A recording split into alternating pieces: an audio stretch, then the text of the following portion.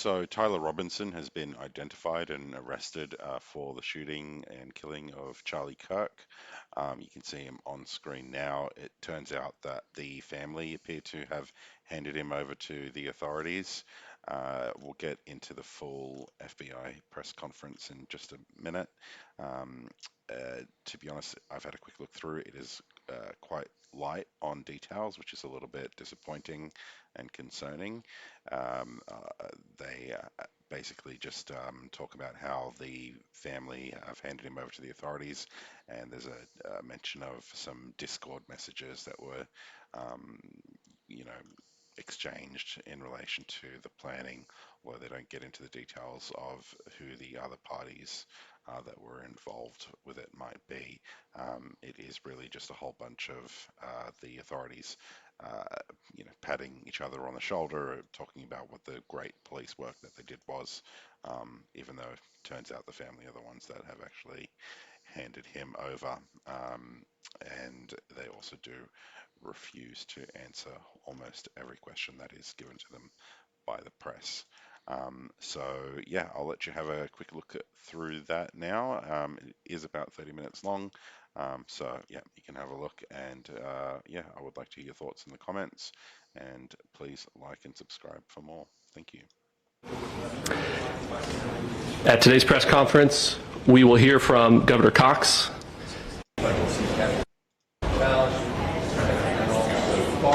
They are moving towards the podium, and we are going to get this information now. We have been waiting for about an hour for. So, yeah, officially moving towards the podium. So, there is Cash Patel, the director of the FBI. So, I believe I should get out of the way.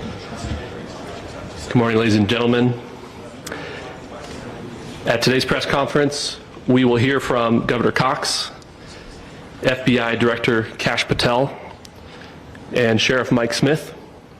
We also have with us Utah DPS Commissioner Bo Mason, Lieutenant Governor Deidre Henderson, FBI Special Agent in Charge Robert Bowles, and local and federal law enforcement partners. Following the remarks today, Governor Cox, Director Patel, and Commissioner Mason will take questions. Thank you.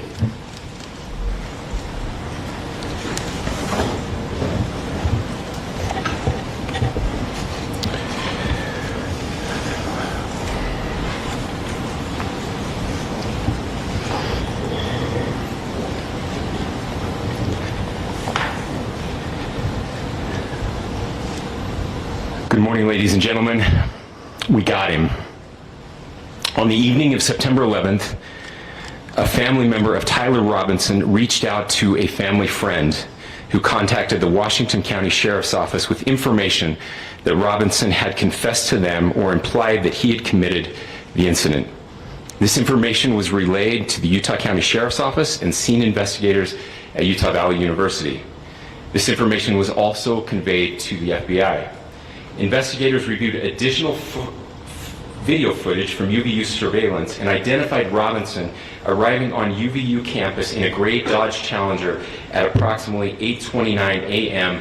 on September 10th, in which he is observed on video in a plain maroon t-shirt, light-colored shorts, a black hat with a white logo, and light-colored shoes.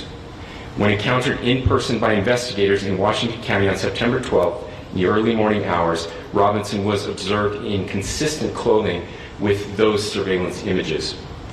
Investigators interviewed a family member of Robinson who stated that Robinson had become more political in recent years. The family member referenced a recent incident in which Robinson came to dinner prior to September 10th, and in the conversation with another family member, Robinson mentioned Charlie Kirk was coming to UVU. They talked about why they didn't like him and the viewpoints that he had. The family member also stated Kirk was full of hate and spreading hate. The family member also confirmed Robinson had a gray Dodge Challenger. Investigators identified an individual as the roommate of Robinson. Investigators interviewed that roommate, who stated that his roommate, referring to Robinson, made a joke on Discord.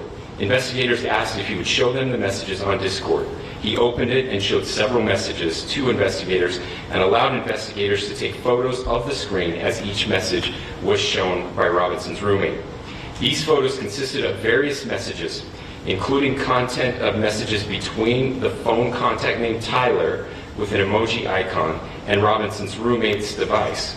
The content of these messages included messages affiliated with the contact Tyler, stating a need to retrieve a rifle from a drop point, leaving the rifle in a bush, messages related to visually watching the area where a rifle was left, and a message referring to having left the rifle wrapped in a towel. The messages also refer to engraving bullets and a mention of a scope and the rifle being unique. Messages from the contact Tyler also mentioned that he had changed outfits. I know there's been speculation as well as to the writing on those casings, those bullet casings, and I believe we have that as well. And I'll share that with you now. So the area north of Campus Drive Road where the suspect crossed over, you saw some of that in the video that we released last night, consists of a grassy area with trees on the edge of the UVU campus. Investigators discovered a bolt-action rifle wrapped in a dark-colored towel. The rifle was determined to be a Mauser Model 98 30-06 caliber bolt-action rifle. The rifle had a scope mounted on top of it. Investigators noted inscriptions that had been engraved on casings found with the rifle. Inscriptions on a fired casing read, "Notices, bulges, capital OWO, what's this, question mark." Inscriptions on the 3 unfired casings read, "Hey fascist, exclamation point, catch, exclamation point." Up arrow symbol, right arrow, and symbol, and 3 down arrow symbols. A second unfired casing read, "Oh Bella Chow, Bella Chow, Bella Chow, Chow Chow," and a third unfired casing read, "If you read this, you are gay, LMAO." We are indebted to law enforcement across the state who's worked seamlessly together, local law enforcement, state law enforcement, and our federal partners with the Federal Bureau of Investigation. We're grateful for everyone who worked together in such a short amount of time to find this person and to bring justice. I want to thank the public who has been so engaged, reviewing videos, helping us with sending in tips, and helping us get to this point. I want to thank the family members of Tyler Robinson who did the right thing in this case and were able to bring him into to law enforcement as well. I especially want to thank the family of Charlie Kirk, Erica, Charlie's parents, his children. I want us to be thinking of them as we bring justice in this case. They will be involved in that justice. We will be working very closely with them as we move through this process as well. This is a very sad day for our country, a terrible day for the state of Utah, but I'm grateful that at this moment we have an opportunity to bring closure to this very dark chapter in our nation's history.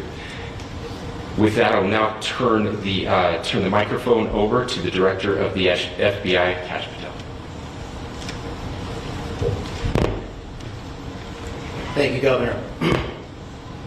This is what happens when you let good cops be cops. The FBI and our partners are proud to stand here today together to bring justice to the family of Charlie Kirk and honor his memory. I want to express my deep gratitude to President Trump, the Vice President, and the entire White House who have been so incredibly supportive with both resources and just personally to the FBI as a team. They had our backs the entire way, and I just want to express my gratitude for giving us the resources we need to operate in this space to bring this sort of justice at this sort of speed. In 33 hours, we have made historic progress for Charlie. Governor Cox, our partnership has been absolutely incredible these last few days. Our partnership will endure. Your state and local partners, your sheriffs, your DPS community has been unbelievably impressive in the hardest of times. And a case like this cannot be solved, cannot be brought without partnering with your state and local authorities.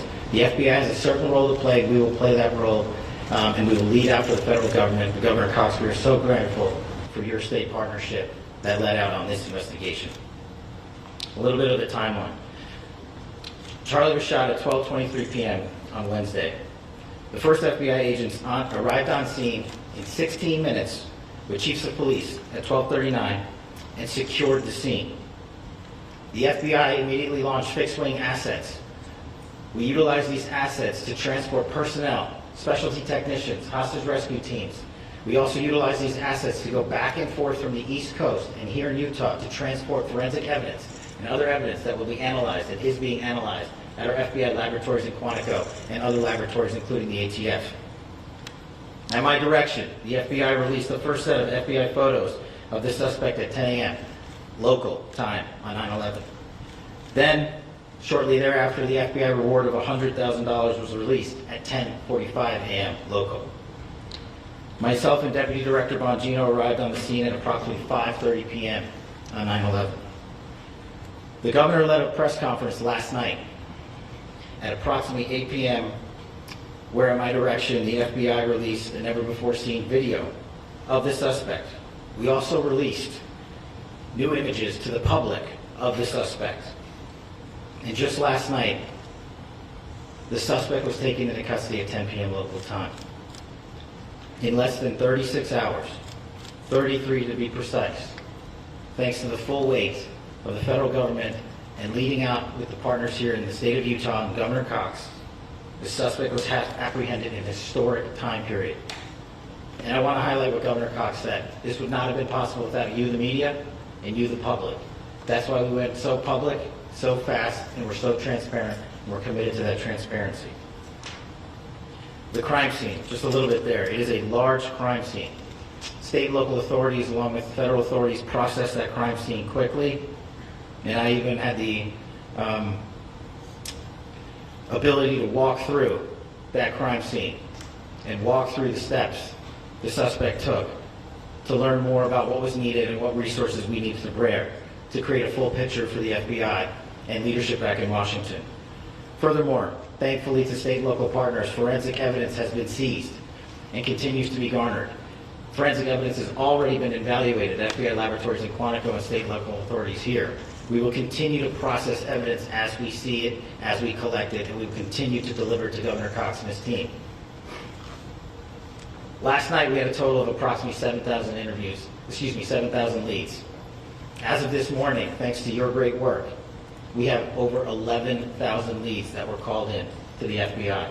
And we are running out every single lead that we can. Every one of those leads will be run out.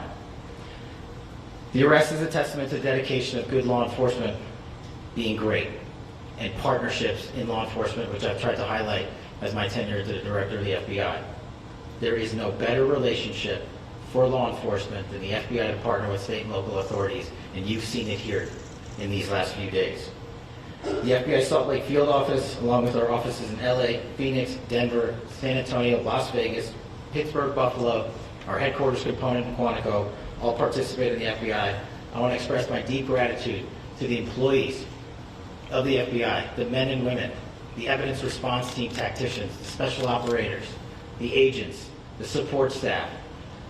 You have done monumental work in historic time when the public, who had a right to demand such an expeditious solving of an investigation, the FBI answered that call diligently, critically important to our nation, and we delivered. And I'm proud to be their leader, and I'm proud to be the director of the FBI. This is very much an ongoing investigation, as the governor said, and we will continue to work with state and local authorities to develop the investigation, to provide them the evidence they need for their ongoing prosecutions, and we will be here to answer every call they absolutely have, as long as it takes, for as long as we need to find and apprehend whatever suspects were involved in this crime. Lastly, to my friend Charlie Kirk,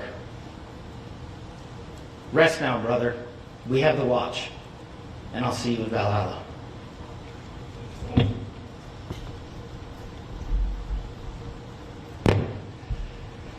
Thank you, and good morning. I would just like to take a few minutes as the sheriff to express my gratitude for everybody who has played a part in this investigation. As you know, it's been a vast, a complicated, and a very, very fast-paced investigation. You're looking at people standing up here who are running on, if they got an hour's sleep in the last couple of days, they're probably lucky. It has been very taxing. It has been so impressive speaking on behalf of the local law enforcement to see the cooperation that we've seen in this type of case. Across the state, sheriffs, chiefs, our state partners have stepped up and have come to the call on anything that we needed. Our county chiefs have been phenomenal. Our Utah County Attorney, Jeff Gray, who's standing up here with us, has been phenomenal in leading us through this investigation. I would like to thank the federal government for their resources, their assets. Our local team here, our FBI team, has been extraordinary in helping us work through this and bring this person to justice. Most of all, I would like to thank the public, and specifically, I would like to thank the public who turned to prayers and who turned to positiveness for us. I would like to thank them on behalf of the law enforcement community because we needed those prayers. That's what we needed to get through this. We needed your support, and you gave it to us. We needed your patience, and you gave it to us. And I would like to thank you for the Kirk family because that's what they need, is your support and your prayers, and that will get us through all of this. So thank you everybody for everybody that has stepped up. We've had such a phenomenal response to this. Thank you.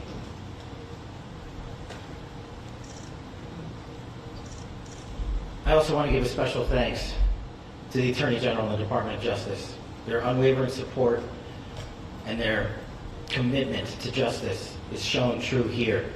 And without AG Bondi and Deputy Attorney General Todd Blanche and the resources they brought to bear, we would not have been able to complete our mission. And I just want to say special thanks. It's an honor to be a part of the Department of Justice. Thank you again to our incredible law enforcement team who has worked so hard.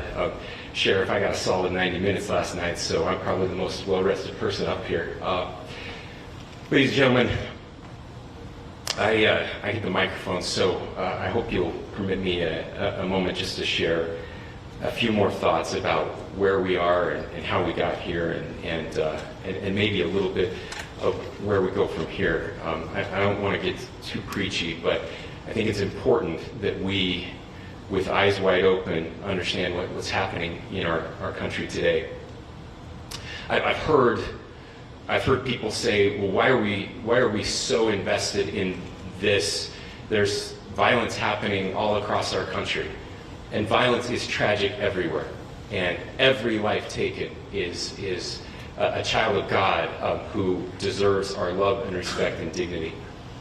This is certainly about the tragic death, political assassination of Charlie Kirk.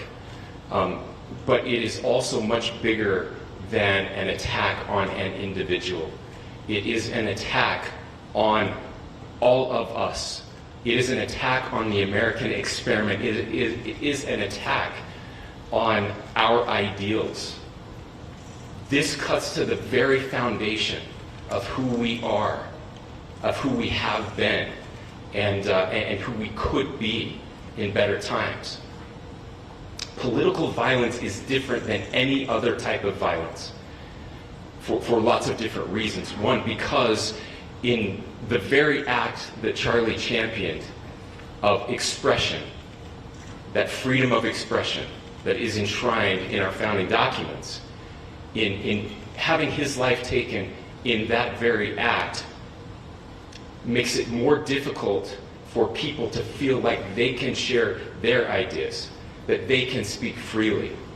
We will never be able to solve all the other problems, including the violence problems that people are worried about, if we can't have a clash of ideas safely and securely.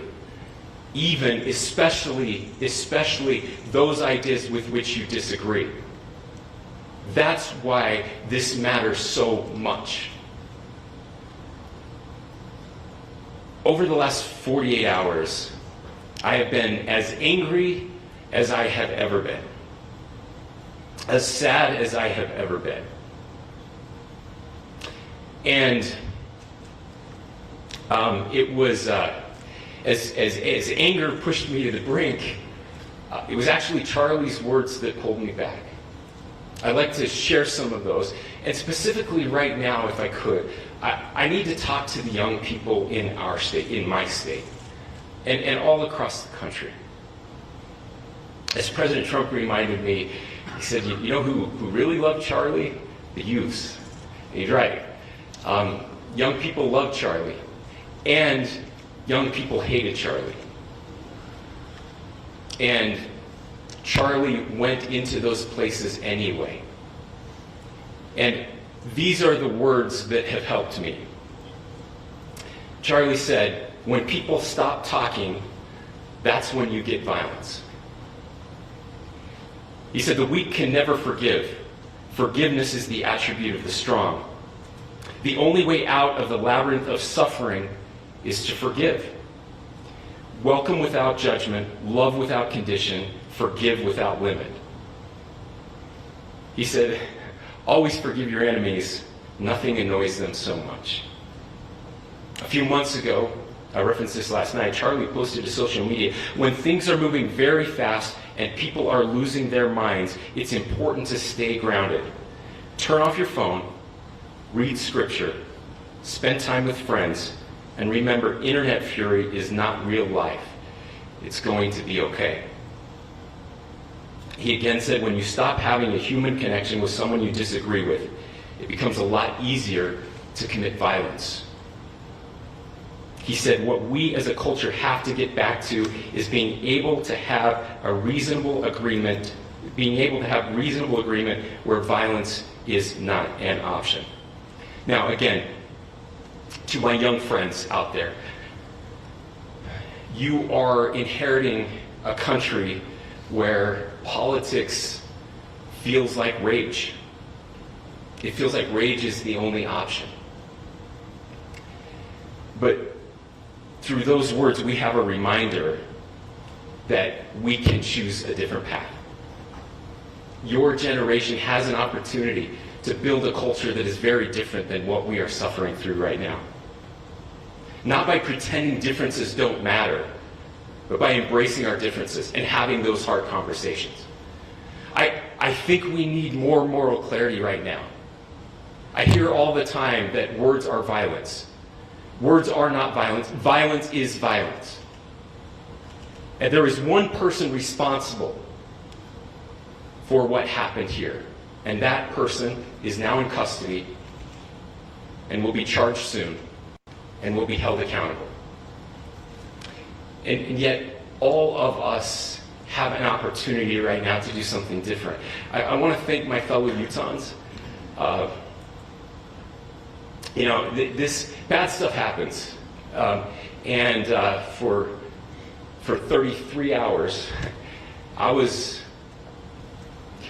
praying that if this had to happen here, that it wouldn't be one of us. That somebody drove from another state, somebody came from another country. Sadly, that prayer was not answered the way I hoped for. Just because I thought it would make it easier on us if we could just say, hey, we don't do that here. And indeed, Utah is a special place. We lead the nation in charitable giving. We lead the nation in service every year. But it did happen here. And it was one of us. But I want you to look at how Utahns reacted the last 2 nights. There was no rioting. There was no looting. There were no cars set on fire. There was no violence. There were vigils and prayers and people coming together to share the humanity. And that ladies and gentlemen, I believe is the answer to this. We can return violence with violence. We can return hate with hate. And that's the problem with political violence, is it metastasizes. Because we can always point the finger at the other side. And at some point, we have to find an off-ramp, or it's going to get much, much worse. But see, these are choices that we can make. History will dictate if this is a turning point for our country. But every single one of us gets to choose right now if this is a turning point for us. We get to make decisions. We have our agency. And I desperately call on every American, Republican, Democrat, liberal, progressive, conservative, MAGA, all of us to please, please, please follow what Charlie taught me. I'll just conclude with words I share often from a friend and author, Yuval Levin, who was asked if he was optimistic about our country. And he said, I'm not optimistic. He said, I hate optimism. God, that sounds bad. But he said, optimism is a vice. It's this idea that good things are just going to happen. And he said, in the history of the world, good things have never just happened. He said, I'm not optimistic, but I am hopeful. And hope is the virtue that sits between the vices of optimism and pessimism. Hope is the idea that good things are going to happen because we can make them so. I still believe in our country. And I know Charlie Kirk believed in our country. I still believe that there is more good among us than evil. And I still believe that we can change the course of history. I'm hopeful because Americans can make it so. Ladies and gentlemen, we're happy to answer any questions you may have. Governor, can you please speak to whether the suspect is speaking with authorities and his demeanor, Tyler Robinson, when he turned himself in? I cannot speak to that. Governor, how do you interpret his motivation? Governor, how do you interpret the engravings on the case of Well, I will leave that up to you to interpret what those engravings mean. I think the clearest one that says "catch fascist," there's not, and by the way, that's like catch like a ball, catch this. That's I think that speaks for itself. Governor, so you talked about this level of hatred that this person expressed at a dinner. Beyond that, is there anything in your view that you've discovered that may have radicalized or changed him to prompt him to commit such a horrific act? There's nothing more that we can share at this time. Governor, you indicated that he had been communicating with a friend on Discord about the gun. Do you anticipate any more arrests?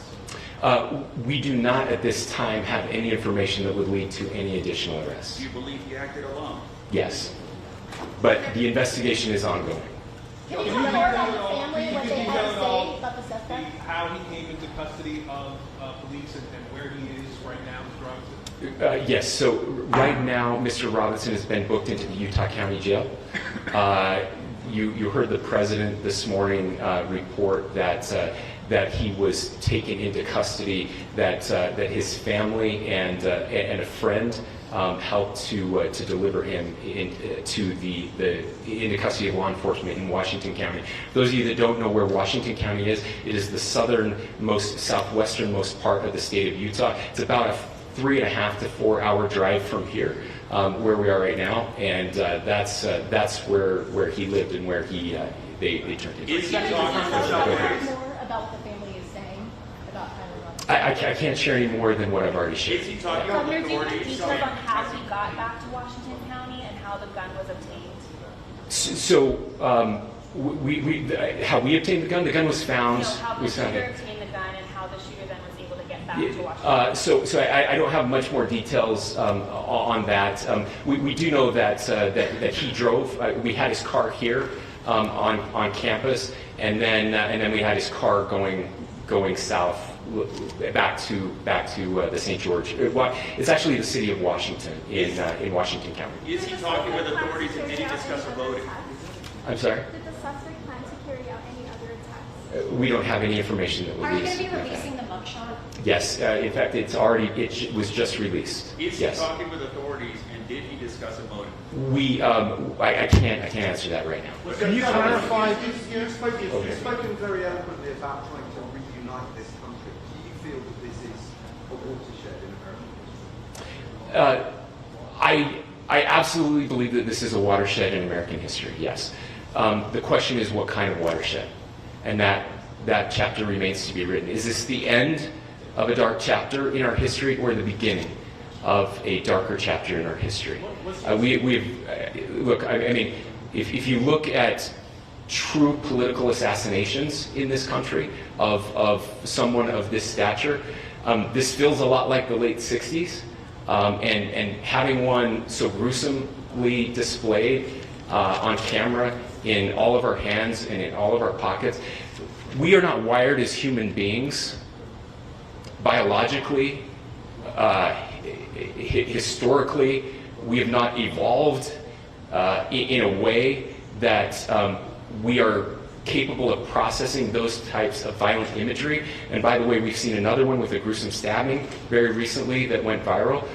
This is not good for us. It is not good to consume. Social media is a cancer on our society right now. And I would encourage people to log off, turn off, touch grass, hug a family member, go out and do good in your community. That is happening, and it's happening organically right now. I had a friend in a small city in Utah who said, we're getting together, the Republicans and Democrats in my little town are getting together to have a discussion tonight, last night, just to find a way to find their better angels. So yes, this could be, I mean, again, you have to go back to JFK to have seen a video live of something like this happening. I wasn't born until 1975, but I know that things were really dark in the late 60s. Sorry to some of you. I know some of you were there. This is our moment. Do we escalate or do we find an off-ramp? And again, it's a choice. It's a choice, and every one of us gets to make that choice. Two more questions right here. Could we clarify that the release of those enhanced images at 8 p.m., the timeline that Director Patel gave us, led to the arrest at 10 p.m.? Is there a direct connection between those two events? I cannot comment if there is a direct connection or not, but all I can say is that that through some process, the family came to know that this had happened. One more thing, Governor. Could you just clarify the clothing issue you mentioned earlier? Was he changing outfits? Correct. Could you just clarify this? Yes. So when he's first spotted on campus, he has different clothing on, and then he changes clothing on the roof, and then changed back into that clothing at some point, so that when he was apprehended, when he was arrested, the clothing matched the clothing he had on before the shooting here at UVU. Last question here. You said that the suspect was from Utah. Can you kind of tell us a little bit more about where, and was he a student here at this university, and is there any history of mental illness? Yeah, so I don't have any information on the mental illness part. He was not a student here at UVU. He was living and had lived for a long time with his family in Washington County. Thank you, everyone, for your great work in getting this information out. I would just say, process-wise, this may be important. I know many of you aren't familiar with the process in Utah. I think it's important that you understand that. Basically, we have 3 days for charging documents to be filed. A CI will be filed. We'll have more information then, more detailed information as those charging documents are filed in preparation for a preliminary hearing. So 3 days. So we would anticipate then that early next week those charging documents will be filed. We will obviously be working. The county attorney will be working very closely with Mr. Kirk's family as those documents and decisions are prepared and made. Thanks, everyone.